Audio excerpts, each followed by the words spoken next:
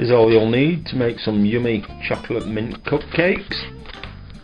Some mint extract or essence, some optional green food colouring, bar of your favourite chocolate, eggs, butter, self-raising flour, caster sugar, cocoa powder and baking powder.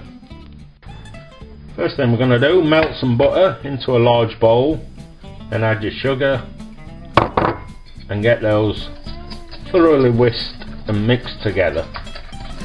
With your sugar and butter mixed, it's time to crack into there with 2 eggs and then get those mixed in. With your eggs, sugar and butter all mixed up, it's time to break up your bar of chocolate into a blender or a food processor and get it pulverised. With your chocolate in bits, it's time to add that to your cake mixture. Get those mixed in, and then you're going in with some of your mint essence, about a teaspoon.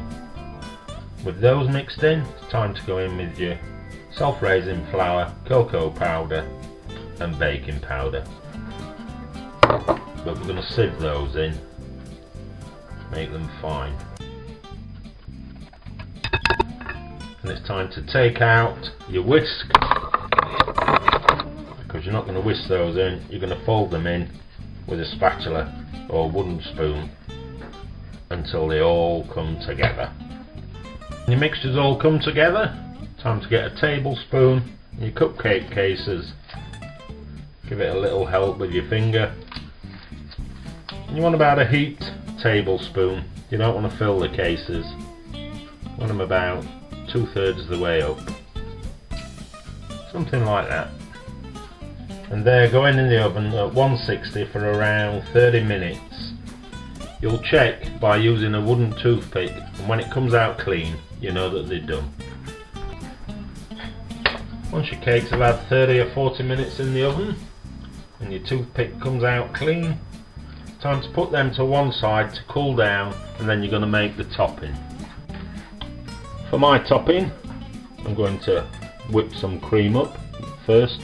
I'm going to go in with another teaspoon of the mint essence, and then just so everyone knows they're eating mint, I'm going in with some green food colouring and get that whisked up. When you've whipped your cream up, it's time to get it into your piping bag. If you haven't got a piping bag, then just cut the corner off a freezer bag or whatever bag you've got to hand, and that'll have to do. But if you haven't got a piping bag, get it in there ready to decorate your cakes. With your cream in the bag, time to get icing your cakes.